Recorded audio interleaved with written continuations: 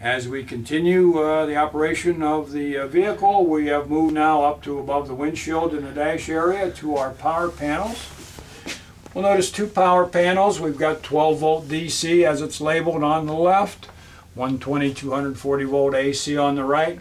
We'll start with the 12 volt DC panel. First thing you're going to see is the aux battery disconnect. We talked about the dual battery system on the vehicle in the early segment, and this is where we are able to disconnect the aux battery.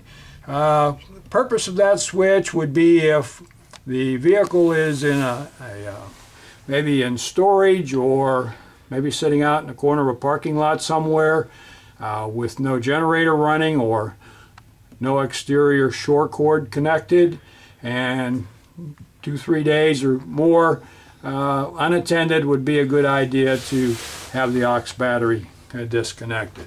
If it's plugged in and if there's power available where the vehicle is normally stored, then that's in material, it can be left on because you're going to have an exterior power source to the charger. To the right of that, as the name implies there, our Onan quiet diesel, our generator. We have the stop-start switch. Unlike the drive engine, which we spoke about earlier, that we have to wait for the preheat to finish, this is pretty much automatic. It has a delay also, like on the starting of the engine, where first thing it does is do a preheat, and when the preheat is finished, it will engage the starter and get the generator running. We also have a hour display or hour meter there, and supporting documentation will indicate to the driver operator at what accumulated hours does the generator need attention as it relates to oil change, oil filter, air filter, that type thing, on the service requirements of the generator.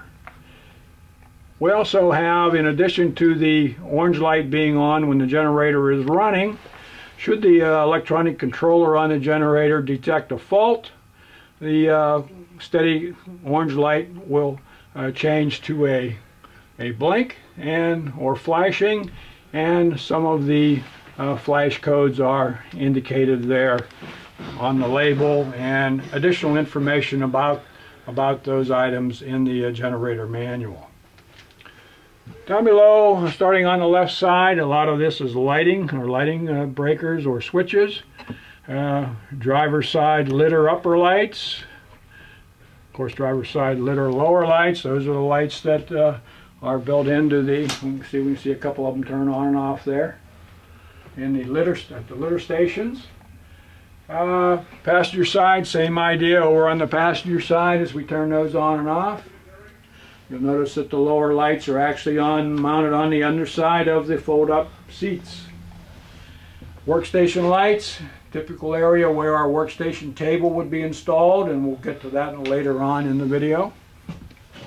We also have some exterior lights. Anytime you see the letters DS or PS in any of the documentation or on any of the labeling, DS means driver's side.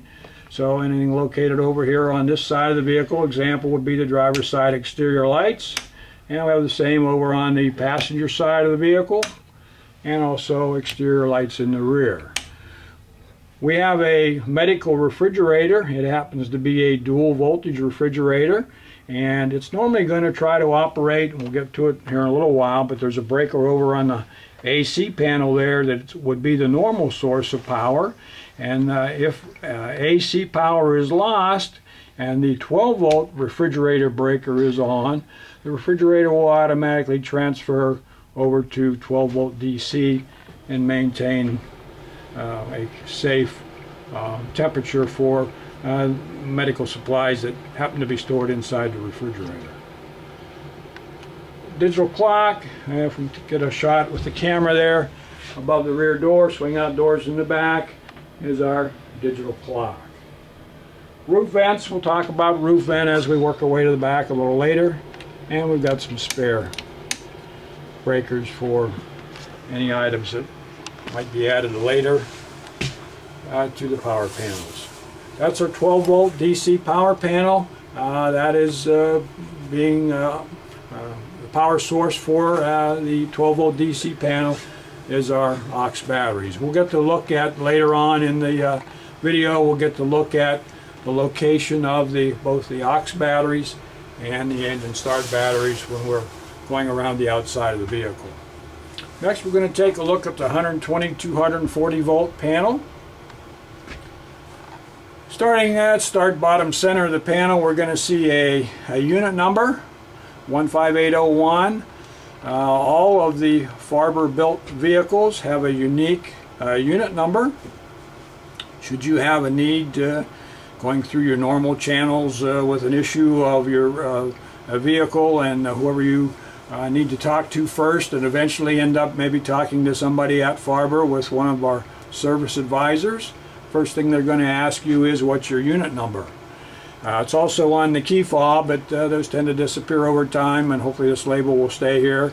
And you're going to tell them 15801. As soon as you give that information to the service advisor, he can then bring up the database on this particular bus, and he will be able to see pictures, electrical drawings. He will know any correspondence that might have happened in the past in the notes of any issues you may have had with this particular unit number. All the way up to the top center, we have our AC meter telling us that this is similar to house power, power that you have on the power panel, residential panel, and it should be somewhere around 120 volts AC. We also have a test switch here.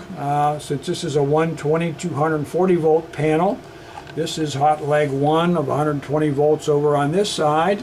So that's what, when we have the test switch to the left, that's what we're looking at of the output on this side. Moving it over to the right, and now we're looking at the output over on this side of leg number 2 of the 2 hot legs making up the 120-240 system. In the center of the panel, or a little lower center here, you're going to see 2 sources of power, or 2 ways to energize or provide power to this panel. Right now we are where we are inside the building. We have the short cord connected. We'll talk a little more about the short cord when we're on the outside, going around the outside of the unit. But we're plugged into external power. Green light is on, and the main breaker is on, and that's what's giving us power to the panel. If we look at the indicator lights here, it's also showing that since they're lit up in green, that line 1 and line 2 are both the correct polarity. If we had a reverse polarity, red light would be on, indicating that on the power source. We also have the option, probably what you're going to be using most frequently would be running the generator, and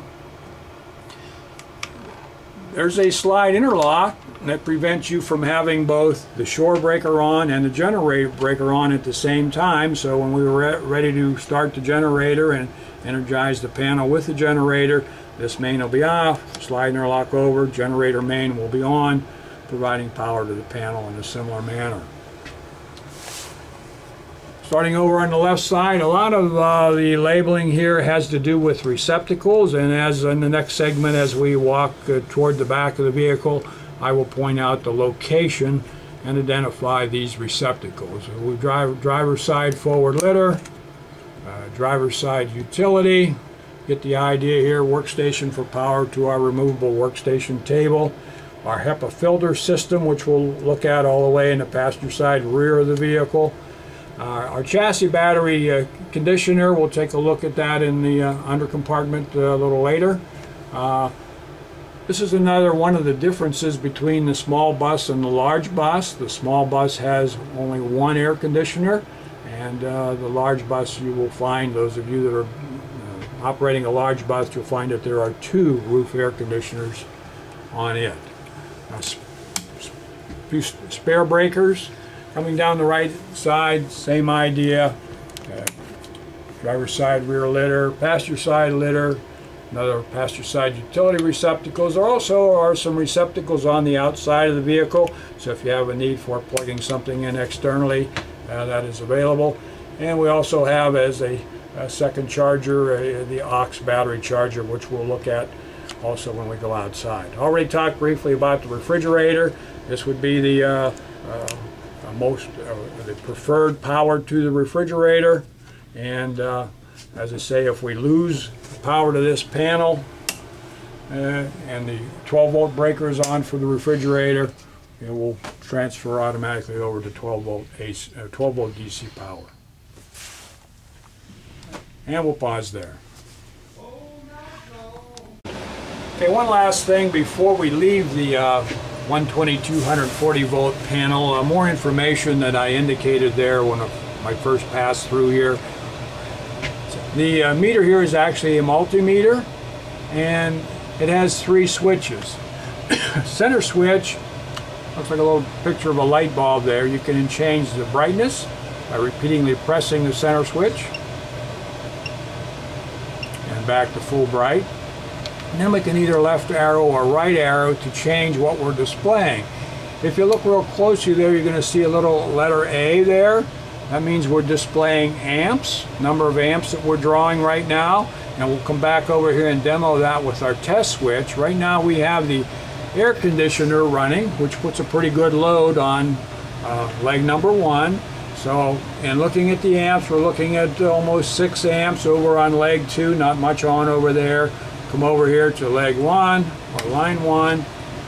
It's looking at the air conditioner load, and all the way up there to around 16 amps. So that's what we're looking at with the when we press the arrow to change what we're displaying there. I'm going to continue to press the left arrow, and we're going to move from amps to a small letter V up there and volts. And again, since it's replicating house or residential type power, should be around 120 volts.